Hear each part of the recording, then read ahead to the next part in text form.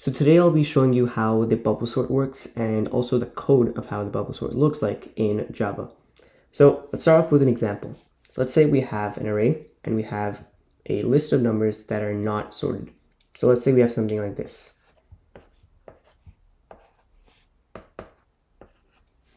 Essentially what the bubble sort does is that it iterates through the list and bubbles the highest number to the top. So in this case, if you look through this list, the highest number is 14. So in the first iteration, 14 should be at the top right here.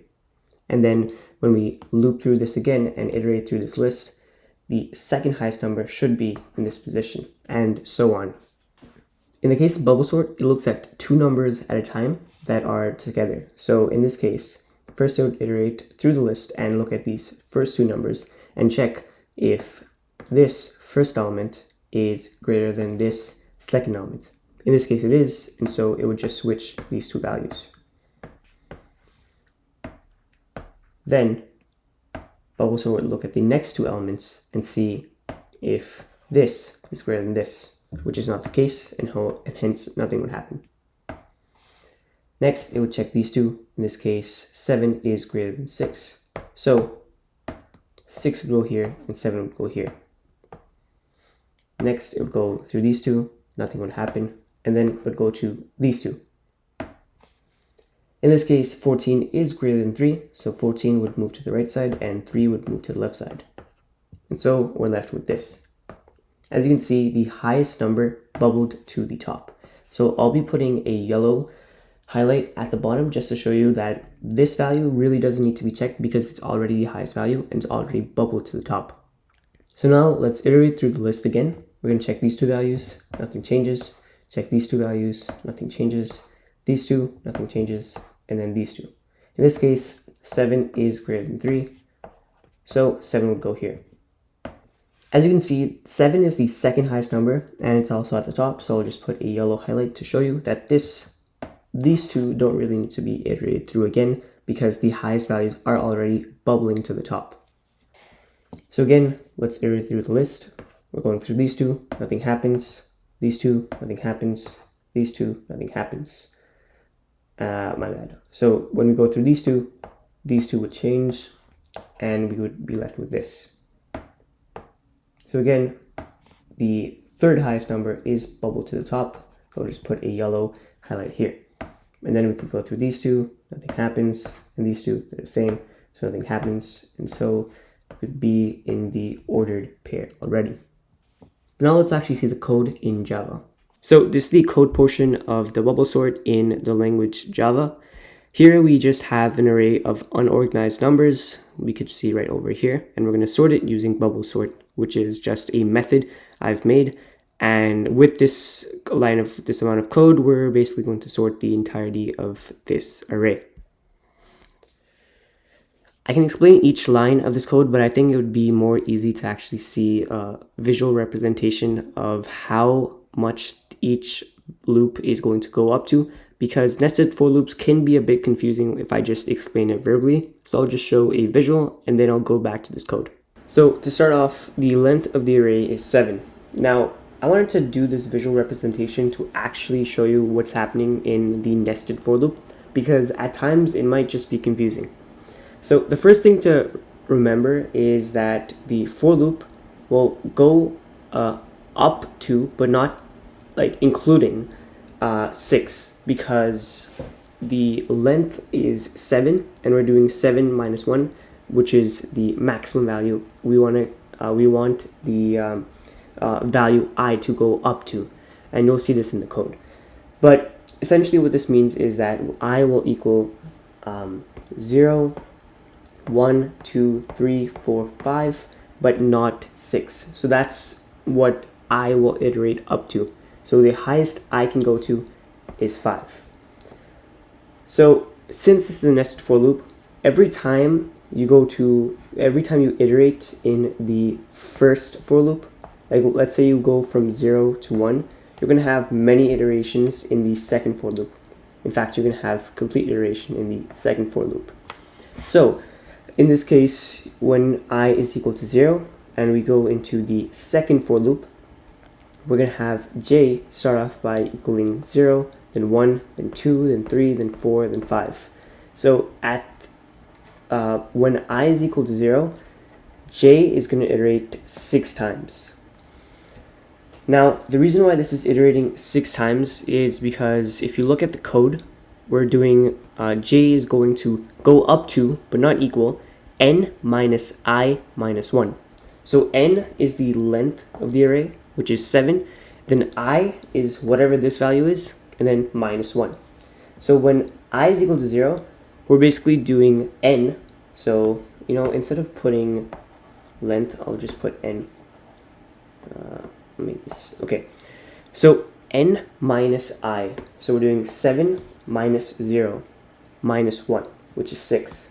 And hence, j is going to iterate up to, but not including 6. So it's going to go up to, like, j is going to be equal to 5 at its highest.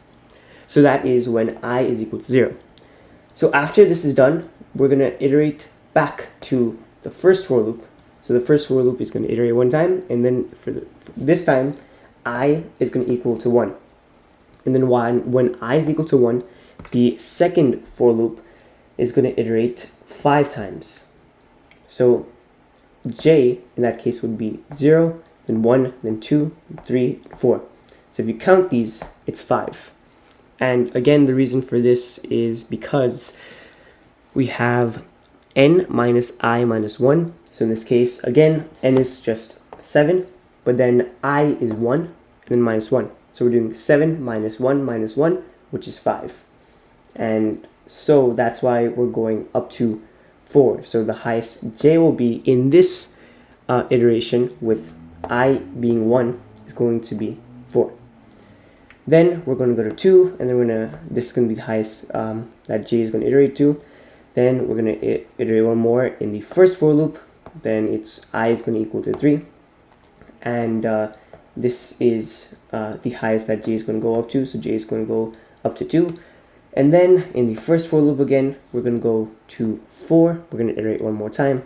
And then we're going to go right over here. So the highest ij is going to be 1, because it'll just iterate 2 times. And then I is going to iterate one more time. So we're going to have I equal to 5, and then the highest j will go is 0. But that doesn't mean that it's not going to iterate. It's still going to iterate one time, but it's just going to be the number 0. So this does make sense, and here's why. If you look in the code, which I'll show you in a second, you're going to see this. We're looking at j and j plus 1, okay? So when we go through something like 0, so let's say we have 0 and then 0 plus 1, so we have this index. So in that case, we're going to check these two. And then if one is higher than the other, then we're going to replace it. That's what the code will show. And then we're going to loop again. And then we're going to see right here, it's 1. So then j is going to be index 1. And j plus 1 is going to be index 2. So we're going to be in this position. So now we're examining these two. In this case, in the code, which I'll show you in a bit, again, we're going to check if this value is greater than this, which it isn't. So we're going to loop, continue looping, and this is the second for loop that we're looping through. So again, we're looping through this for loop still. Again, we're going to check. In this case, it is. So in the code, the switch would happen. And I don't want to go through all of the examples because I've kind of already done that at the beginning of the video. But this is the general code concept that I wanted to talk about. So we're going to go through these two, and this in the code would change. And then we have this. Again, this would change. So we would have something like this, if I'm doing this correctly. And then we would have something like, one second, and we would have something like this. And once again, these two things would change. So if you look right here, I said the highest that j could go through when I is 0 is 5, right? Which makes sense. So this is the 0th index, and this we're talking about the array here. This is the 0th index in the array, first index, second index, third index, fourth index, fifth index, and that is what j is. So where j is equal to 5, we're looking at the 5th index. and then j plus 1, this is the 6th index. And so the only two values that we need to look at is the 5th index and the 6th index. And that's what we're doing. So if we made j iterate up to 6, then we couldn't use this type of code because it just wouldn't make sense because we're doing j and j plus 1. So after we go through all of these, then we would iterate in the first for loop, and then it would be 1. And then again, this same thing would happen. We'd go back right over here, and again, we would have 0 and 1. So 0 here, and okay, we'll have 0, and then 0 plus 1 is 1, so we would look at these two things again, and we would basically just keep doing all these things. But as I said at the beginning of the video, since this highest value has already bubbled to the top, we wouldn't really need to consider this again. So I'll just show you this iteration, then I'll go back to the actual code, just to show you that what I'm explaining would actually work. So again, we're at the 0th index for the second loop. So once we check these two, this is not higher than this. So we continue, and now we're on the first index right here. So j is equal to 1, and here we would make a switch, so 3 and 7, and then now we're on 2 right over here. So we would be right here, and then we would be checking these two values. Nothing would happen. Then we would check these two values, and we would change 1 and 9 right over here. And we would continue on and check, oops, that's not what I meant to do. Oops, okay. And then we would check these two. And again, we would just make a switch. And I think that was 9. Now, as I was saying, this only goes to 4. There's no 5. So j would not equal 5 when I is equal to 1. And why is this? We're only going to these two because we already know that this highest value has already bubbled to the top. So the same idea would just apply, but then I would equal 2, I would equal 2, I would equal 3, I would equal 4, I would equal 5, and consequently these values would slowly shrink because you don't need to keep checking all these because now the highest values are bubbling to the top. So right now these two are the highest values. Then as we keep iterating through, the highest values like these, this one will eventually be the highest value, this one, this one, this one. It's not the highest value right now, but once we iterate through, it will be. So now going back to the code, we can actually understand what these two for loops would actually do. So the I and the j, we now understand. We're going to basically go through all the values until it's completely sorted. And this is the line I was talking about, which basically checks if the first element is greater than the second element, and if it is, then we're going to essentially change it. So this temporary value would just hold the first element that we're comparing, and then we would put the second element as the first element and the second element as the first element. So essentially, if we're comparing two values like 3, or no, let's say we're comparing two values like 14 and 3. If 14 is greater than 3, which it is, we would just switch these two. So now with this portion of the code, it would be not 14 and 3, but it would be 3 and 14.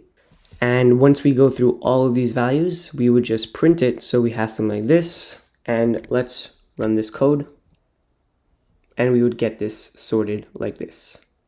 So this is a demonstration of how bubble sort works, and I hope my examples of the for loops, the nested for loops, actually made sense. And if you have any questions, please comment down below. But that is all for today's video. Thank you for watching, and check out more videos on my channel. Bye.